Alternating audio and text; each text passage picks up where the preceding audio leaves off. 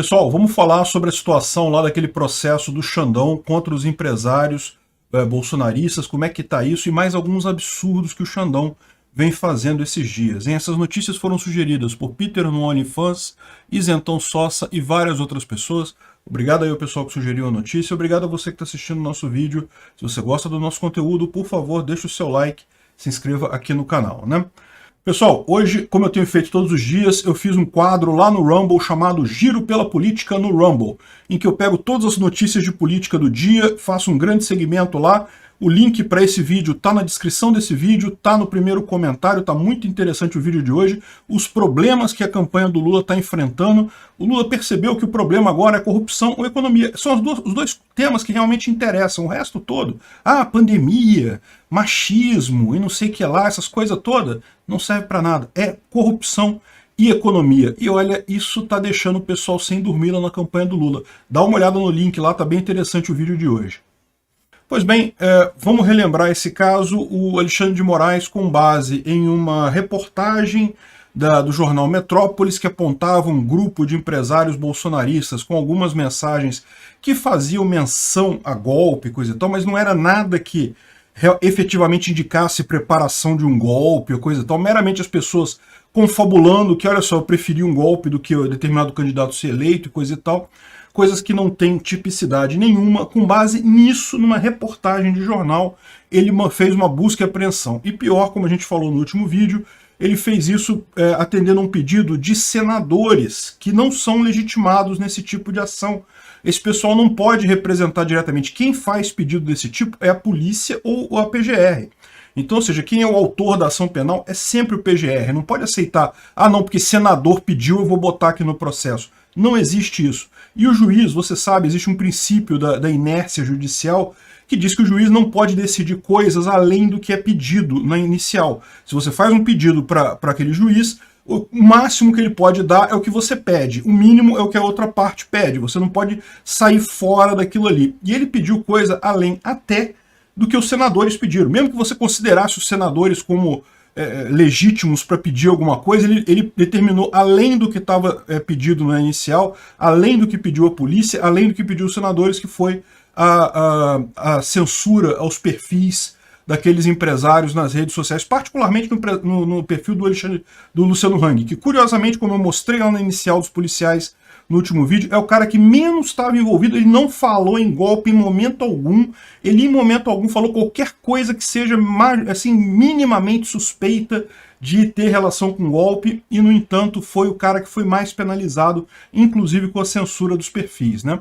A gente já falou sobre isso, um absurdo completo, totalmente injustificado, e agora a PGR ela pede o arquivamento dessa petição que desencadeou a busca contra os bolsonaristas, alegando que o problema daquela petição é, primeiro, a ilegitimidade dos parlamentares. O que quer dizer isso? Numa ação qualquer, principalmente numa ação penal, você tem pessoas que podem pedir a ação penal. Tipicamente é o PGR, é a Procuradoria que inicia a ação penal. Quando a polícia está fazendo investigações, ela pode pedir a licença para, no âmbito daquela investigação, fazer determinadas medidas cautelares ou medidas preliminares, né? Então, essas são as pessoas que teriam legitimidade para pedir alguma coisa para o juiz. Não pode, um senador, o senador é uma pessoa importante, coisa e tal, ok, pode ser, mas ele não tem legitimidade no devido processo legal, não tem legitimidade no processo de direito brasileiro para fazer esse tipo de pedido, para ir lá e pedir para fazer isso, para também quebrar o sigilo bancário, quebrar sigilo de não sei o que lá. Ou seja, são ilegítimos. Isso é que chama ilegítimo em direito, né? Irregularidades na representação, justamente pela falta da Procuradoria, prática de persecução penal especulativa indiscriminada. Isso é uma coisa muito importante, porque exatamente qual fato que eles querem apurar nesse caso, né? Não, que eles podem estar falando alguma coisa de golpe.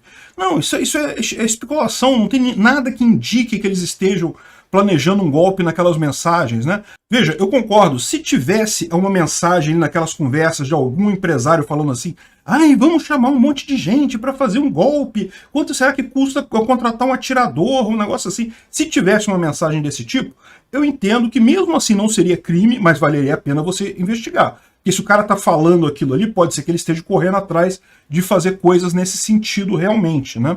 Então aí você teria um caso específico para investigar. Nesse caso não tem nada. Porque o cara falou que acha que é melhor um golpe do que o Lula. Pô, peraí, né?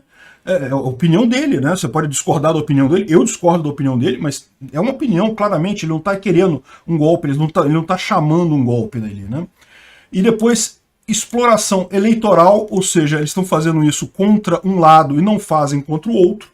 Claramente é isso, porque esses fatos não é coisa nova, não é coisa que aconteceu por agora, eles estão explorando isso no período eleitoral exatamente para prejudicar Bolsonaro, e tem relatos desse tipo de que, vamos pegar em armas e coisa e tal, lá do pessoal do MST, do pessoal da esquerda, e ninguém fez nada, ninguém investigou nada, ninguém correu atrás de nada lá atrás, né? Exploração eleitoral e midiática do caso e desrespeito ao sistema acusatório, novamente por não considerar a posição da PGR. A PGR já tinha pedido o encerramento desse processo, porque esse processo é teratológico. Ele não tem nenhuma lógica jurídica, ele fere ao devido processo legal, não tem os elementos demarcados, é puramente inquisitorial. O Alexandre de Moraes determina tudo, ele é vítima, ele é acusador, ele é o juiz, ele faz tudo, se bobear ele determina a punição também, ele faz tudo nessa história, né? O primeiro caso, ela explica que, como a gente falou, os senadores eles não podem fazer pedidos numa busca judicial dessa forma, até porque, como ele diz aqui, o CPP é claro em dizer que nem quem é ofendido, nem se tivessem tramando a morte do Randolfo Rodrigues ou coisa que o valha, não poderia o Randolfo Rodrigues pedir esse tipo de coisa. Por quê? Porque isso daí precisa ser feito pelo procurador.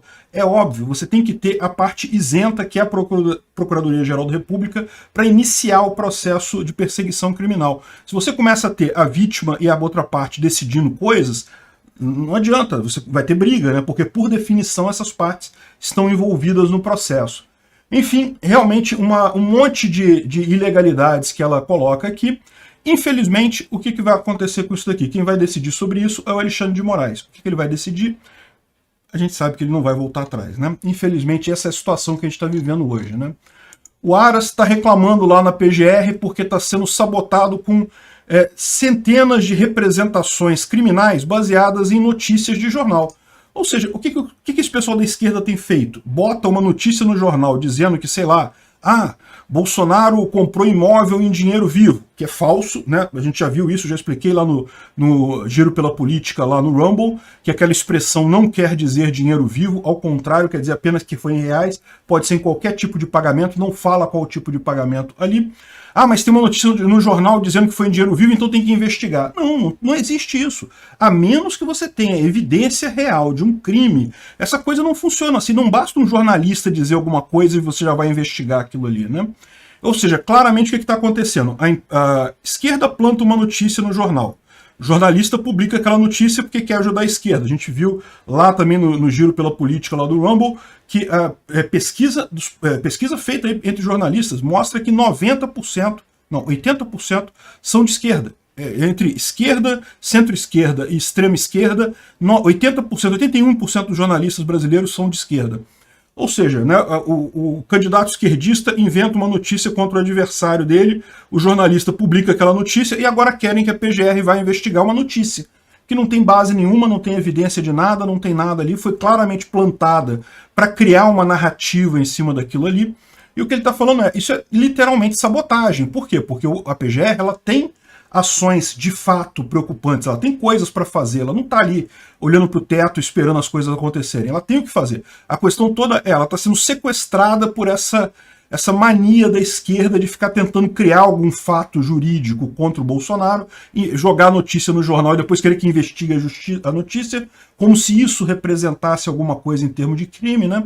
E o que acontece é que a PGR começa a não conseguir atender o que ela realmente precisa fazer no final das contas, né?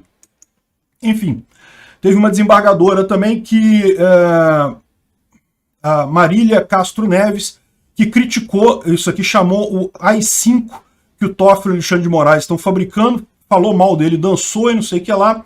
E é verdade, o que eles estão fazendo é isso. E pior, né? Para piorar, olha só o que fez o CNJ. O CNJ também com base lá no STF, né?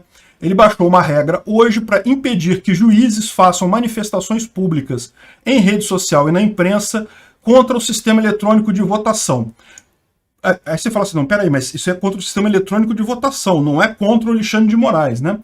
Mas se você for ver aqui o que ele diz mesmo no final das contas, na verdade, é se meramente falar contra o processo eleitoral. Então, o processo eleitoral, você pode entender que essas acusações do Alexandre de Moraes, esse processo que ele criou agora contra os empresários bolsonaristas, você pode entender que isso faz parte do processo eleitoral. Ele está investigando uma possível tentativa de golpe, não é isso que ele está falando? É isso que ele fala. Então, se algum juiz criticar, como essa desembargadora criticou esse caso aqui, ela pode perder, pode ser processada, pode até sofrer punições lá por conta desse tipo de crítica. O que o Alexandre de Moraes está falando? A justiça agora, ninguém pode falar nada. Todo mundo tem que ficar quietinho sobre o que seria isso daí. Havia uma manifestação do STJ também sendo preparada contra essa decisão do Alexandre de Moraes, pelo motivo óbvio, como eu expliquei, a decisão deles é absurda mesmo, a decisão do Alexandre de Moraes, não tenha dúvida alguma, é absurda, e daí o STJ iria se posicionar contra o STF, aí ele lançou esse troço que, olha só, quem fizer manifestação pública contra o sistema eletrônico de votação, que na verdade é contra o processo eleitoral como um todo, pode ser penalizado no CNJ, né? Ou seja, ele está mandando um cala-boca para todo mundo na justiça. É uma coisa meio preocupante isso mesmo. O Alexandre de Moraes está agindo como um ditador. Se ninguém parar esse caso, isso vai dar problema realmente. Bom, além disso, ele terminou também o monitoramento do Telegram do padre Paulo Ricardo, aparentemente também sem nenhum motivo. Mandou monitorar o Telegram, parece que o Telegram já está sendo monitorado há meses, e não encontram nada, mas não tem problema, vai continuar sendo monitorado, porque o Alexandre, a preocupação dele é tentar achar alguma coisa. Fica claro isso. Não tem outro objetivo que ele tenha nesse processo aí, né? Enfim, e agora, como se não bastasse, ele criou o serviço secreto do TSE para eleição, hein? Olha que coisa. Criou uma equipe com 7 pessoas, ele é o presidente, o ministro Alexandre de Moraes, vai ter 3 representantes aqui lá do TSE, deve ser gente interna lá, não conheço, e representantes tenentes coronéis de polícias de Minas Gerais, do Distrito Federal e da Bahia. Por que ele escolheu desses 3 estados e não outros? Não sei dizer para você. Escolheu 3 tenentes coronéis que vão fazer então esse serviço secreto para o TSE durante as eleições. Onde é que esse cara vai chegar? Se ninguém parar esse cara, e quando eu digo parar, eu digo no sentido institucional, não fizeram um processo contra ele, os colegas dele do STF não deram um puxão de orelha nele ali, não falaram, olha só, tá demais, tá exagerando. Se não fizerem isso, meu amigo, essa coisa vai desandar. Do jeito que a coisa tá, vai desandar. A gente já tá com pouca confiança do brasileiro médio no devido processo legal com isso daí. Justiça vive de credibilidade. Esse pessoal gosta de pensar que justiça vive de força. Não, eu imponho a regra e vai. Não, justiça vive de credibilidade. No momento que você começa a desgastar a credibilidade da justiça, a força, ela segura até um tempo, mas ela não segura tudo não. Se virar embate de força contra força, meu amigo, não dá certo não. Enfim, extremamente preocupante essas ações aí do Alexandre de Moraes. Obrigado por assistir o vídeo até o final. Além de curtir, compartilhar e se inscrever no canal, considere se tornar patrocinador com valores a partir de R$ 1,99. Clique no botão Seja Membro abaixo para saber as condições e vantagens de patrocinar o canal. Mais informações sobre o nosso projeto, visite nossos sites indicados na tela.